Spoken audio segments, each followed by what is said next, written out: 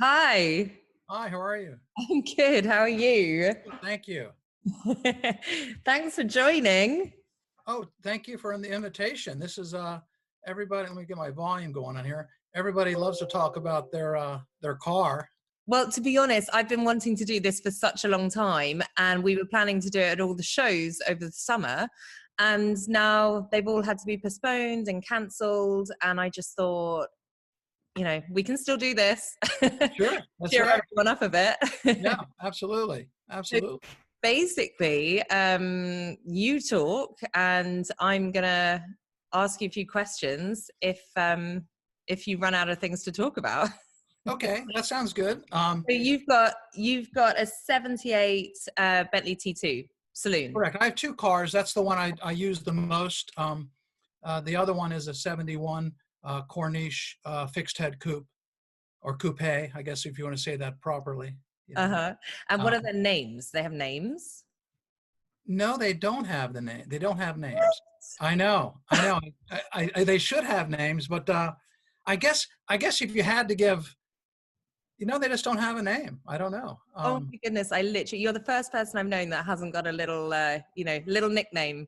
No, I don't have a. I don't have a name. I mean, I guess if you had to give one, although I don't call it this, the Bentley, I guess you could call it DuPont, um, because its original owner was one of the DuPonts, and of course there's thousands of DuPonts, but she was the granddaughter of the DuPont that perfected the gunpowder recipe back in the 1800s. So, and I think apparently, they've all got a story, haven't they? it's pretty interesting in the sense, and I received the information from one of the previous owners who had done research with the family, and he said he had spoken to, I guess, her grandchildren, and they had said that she had ordered all of her Bentleys in this particular color, and the name of the color is called blue gray, and it's an unusual color. When I first got it, I didn't really, well, it wasn't my favorite because it's a very kind of a sky bluish color, but it's really grown on me, and it's what's curious over the years is that it receives quite a bit of compliments. And I think it's kind of a trend in the times. We're seeing a lot more pastels come in the marketplace where we didn't see them as much 10 years ago and 15 years ago. And I've owned the car for 10 years now. Good. So 10 years you've had DuPont. Hmm. I guess And we can call it that. that's And, you and, know. and, and I'll tell you, if you had to say, I've never really gotten into calling cars names and things like that, or he, she's. But if I had to, I would definitely say it's a girl, and then its name would be DuPont. But apparently, the original owner, her name was Esther. She ordered all of her Bentleys this color Uh-huh. Well, over we'll the. need to see the color, so you'll have to send the photos or I will. I will. Yeah. Apparently, and I talked to a person who was in sales in the UK back in the '70s, and he said that it was a very popular color in the UK, but it just didn't make it over this way. So anyway, for what Okay. that. And how long have you been a Bentley and Rolls Royce enthusiast? Wow. That's a kind of a two-part answer, and what I mean by that is the I've been an enthusiast since I was in high school. And that story goes back to when I was in high school. My brother and I, we had a job parking cars. I was, as we call them, a valet. Over there, valet was detailing. So we lived in the Washington D.C. area, and so we parked cars at country clubs and fine restaurants. And there was this particular restaurant in downtown Georgetown, Washington D.C., and this couple had a early '70s Silver Shadow, and that was the first time I ever driven one, and I have to admit that every time that car would come in, I'd look at my brother and say, "I'm going to be a while with this one," and I would and I would toy around Georgetown and drive a few extra blocks to find a space. But it was then and there that I was like, "What an awesome car!" And it's just so unique. And I've always been a very big car type of a person. When I was in high school, I had two cars. I had three cars actually, but I had a Buick Riviera and I had a Cadillac convertible, which I had in high school, and them both. So I've always been a person of multiple vehicles at one time. So, but that's when I first did it, and then I joined the Rolls Royce Club in 2004. And what's interesting is a common evolution a lot of Rolls Royce and Bentley owners have is that we seem to have gone through quite a few cars. And Uh-huh. what I mean by that is, and I don't want to call them pseudo luxury cars, but what I mean by that is, you know, I did Cadillacs for years, and I did Lincolns for years, and I got into some European cars a little bit, some Mercedes, but for the most part, Cadillacs and Lincolns, which, you know, in the 60s and 70s, they were still very nice cars. They really were. And then you know, the Rolls or the Bentley is just it's just different. Uh-huh. It's I hate to use the cliche, it's an experience, but it is an experience. It really is. I feel the And same with you. And yeah, is it your everyday car or just for no, special occasions? no, I have 7 or 8 cars, and I'm in the process of selling some because the time is it. But no, my everyday car is it's probably embarrassing to mention is just a brand X Ford Explorer, which is very utilitarian. It's good. However, my Bentley, I probably drive 1,000 miles a year, and I drive it often, and you know, probably one of the best things about the car is also probably some people might count as a negative, and what I mean by that is I've always been a person who drives my cars. Mm-hmm. I'm an owner. I'm a technician by trade.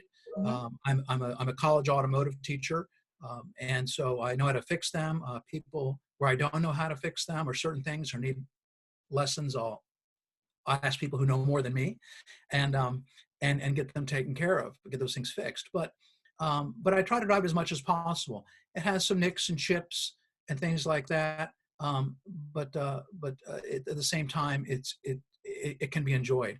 I don't have a problem leaving it with a valet who was myself at my age of 16 years old and saying, take it on the block if you want to. Oh, right. Because I truly believe that being passionate about these cars is the sharing with them, Mm-hmm. and not the hoarding of them, or being so protective of something, as special as they are. They really, and I don't want to discount them, they're really just a car. All of our things are just things. And I feel very blessed that I've had the skills to be able to buy one, own one, maintain one, Mm-hmm. and enjoy it. And I'm happy to go to car shows and show it to people, or even bring it to my students, and explain to them that this is a really good, fun part of life that anyone can enjoy. Are there any more projects on the coming up for DuPont? Have you got anything you'd love to do for her? Well, being a Shadow series car, there's always something to do. If you had unlimited credit at Intro Car, what would be next? um, let's think. Always something in the suspension or brake department these cars need, this particular series. So things on the list, I got a typical clunk in the back. So the dampers need to be taken out and rebushed. I actually have the bushings here. I already purchased them from Intro Car, and I just need to find the time to do it. You And might have a lot of time over the next few weeks. I have a lot of time, although right now, unfortunately, I'm in the process of transitioning my classes to online. Right. And so I'm spending a lot of time doing that. How I'm going to teach automotive online, the theory isn't a problem, but the hands-on is very difficult. Mm-hmm. So, but no, I do have time. That job would require a hoist to really do it easily, I think. So we'll figure it out. Okay. Yeah. So I have another quick question. Has there been kind of one long journey that you've done with DuPont that kind of has been an adventure for the pair of you? Yes, and just try to put it simple. Most of the cars that I buy, because of I have the ability to repair, are almost like they're rescues. It's like I always kind of joke that I'm the guy who rescues old cars like people rescue old animals and pets. And so this car I actually purchased this car at a lien sale from a shop in Burbank, where the owner was going closing the shop, bankrupt, and he was getting divorced at the same time. So he had a customer that couldn't pay the bill. He was trying to sell the car, and so it's been a journey, because the car, although it had a very early life, like a lot of these cars, had a good life early on, like a lot of these cars, it had fallen in some bad hands through some subsequent owners, and therefore a lot of things need to be undone and corrected on the car. So it's been a journey in that respect. So it's been fun. I've enjoyed it. I take it to shows. It places second or third, and that's not because I'm even first a couple times, and I wasn't the only car. So it because we know that but it scored over 90 points in a few shows, and that's sort of how I judge the car. It's a high 80s, low 90s car. To me, that's great. And I have a lot of fun with it. That's amazing. I love that story. You're a rescuer of cars. Yeah, that's right. Would you ever sell DuPont? Oh, that's interesting. I don't want to say everything has a shelf life, but typically I've had quite a few cars that I've had for a short period of time. For example, I had a Corniche drop head for a year and a half, and a Camargue for about a year, and a 95 Flying Spur for about a year. Mm-hmm. And so I've had a few cars that didn't, and usually those I sold because, well, let's just simply put, they were rescues also, and it just made sense to sell them, put them up and move on. This is a self-sustaining hobby for a lot of us, where we buy something and we have some fun with it, and then we move on, maybe make a nice tidy profit, and then go on to the next one. So to sum it up, every time I think of selling the car, and I've thought about it many times, it's really, the answer just comes about as a no. And the reason why is because it really fits my lifestyle and how I like my cars to be. It's not too perfect. I don't have so much money invested in it where I feel like I should sell it. Mm-hmm. There's always something else I own that I could sell. And that's it. So it's in a very safe place. Sometimes the nicest car, a lot of us will say, it'd be nice to keep the car, but I could do other things with the money. Mm-hmm. And I think a lot of us in this hobby are like that. A lot of people think the Rolls Royce and Bentley Club are only the very, very wealthy and affluent. And there's a lot of them like that in this. But at the same time, there's a lot of us that's just in it for the love of the car, and we do whatever we can to get involved with the brand and own one and enjoy it. And so I'm all for anybody get into it any way you can, Mm-hmm. and because it really is just a great mark to be a part of. One of the Camargues I used to own. This is an interesting story, and I'll be very brief. I sold it to a dealer, and then he sold it to a guy in Germany, and then he tracked me down, and it turned out I still had the books and records on the car, and for some reason they didn't go with the car. So he called me, and we were talking, and then I said he was visiting in the States, and we met for dinner, and I surprised him with the books. That's amazing. I love that story.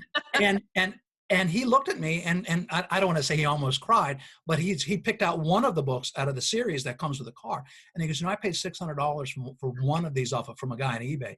I go, they should have gone with the car, and here they are. You own the car. And because lots of times those books don't stay with the car, even if they do go to a dealer, the dealer will then part them out because it was about $2,000 worth of books to the right guy.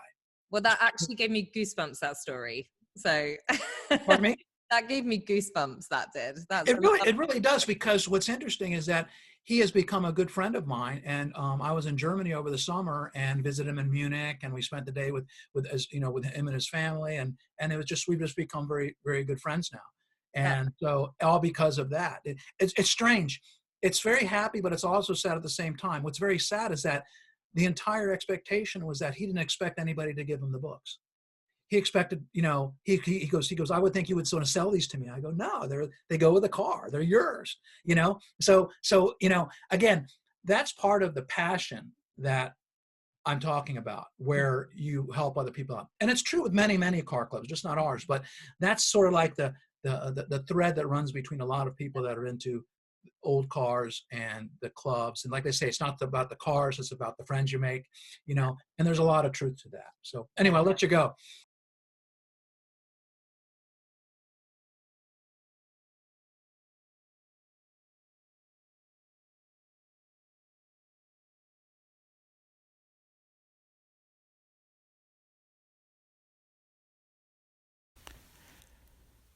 Hello, my name is Paul Katzen, member of the Rolls Royce and Bentley's Owners Club, and this is my 1978 Bentley T2 Standard Steel Saloon, chassis number SBG 33241. It is one of 558 produced from 1977 to 1980 and estimated less than 50 imported to the United States. It's powered by a 6.75-liter V8 Rolls-Royce engine. The Bentley T2 is mechanically identical to the Rolls-Royce Silver Shadow. Bentley Ts from 1966 to 1976 and T2s are less common, with approximately one produced for every 10 Silver Shadow.